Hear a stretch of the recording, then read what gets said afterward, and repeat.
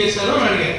మీరేంటి పాత ఆయన ఏదో చేశాడు మీరు వచ్చారని ఇది పాత డిసిహెచ్ఎస్ వల్ల ఇట్లా జరిగింది, ఇలా అవసరం లేకపోయినా కోవిడ్ టైంలో మీరు ఇండియన్ ప్లే చేశారు, అన్ని పార్ట్స్ ఉంటేనే కదా డబ్బులు పే చేయాల్సింది, వాళ్ళకి డబ్బులు పే ఎందుకు డబ్బులు ఇచ్చారు, ఇచ్చినటువంటి వాడు ఎవరు, ఇప్పుడు వరకు తీసుకున్నటువంటి చర్యలు ఏంటి, ఎందుకు అంత 100 బెడ్ల హాస్పిటల్ పెట్టి మీరు ఉన్న ఎక్స్రే రూమ్ పెట్టి ఎక్స్రేలో కొన్ని పార్కులు పెట్టి కొన్ని పార్కులు చంద్రపూడి పంపించి ఏం చేద్దాం అనుకుంటున్నారు హాస్పిటల్స్ని?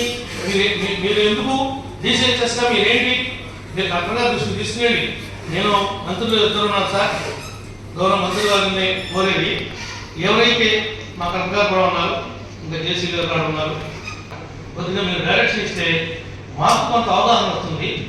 కాన్స్టిట్యున్సీలో ఏం జరుగుతుంది, జిల్లాలో ఏం జరుగుతుంది. ఇప్పుడు ఇంత పెద్ద మీటింగ్, ఇప్పుడు ఈ మీటింగ్ నేను క్లోజ్ చేయాలంటే 11 గంటలు పడుతుంది.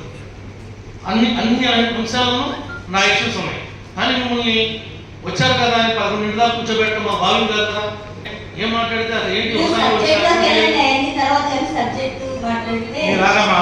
రాగానే జిల్లా మంత్రులు ఉన్నారు, కలెక్టర్ గారు ఉన్నారు, నేను అడ్రస్ చేస్తున్నా. మీరు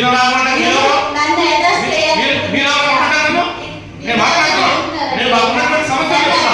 ఇది నా ప్లాట్ఫామ్, ఇది నా ప్లాట్ఫామ్.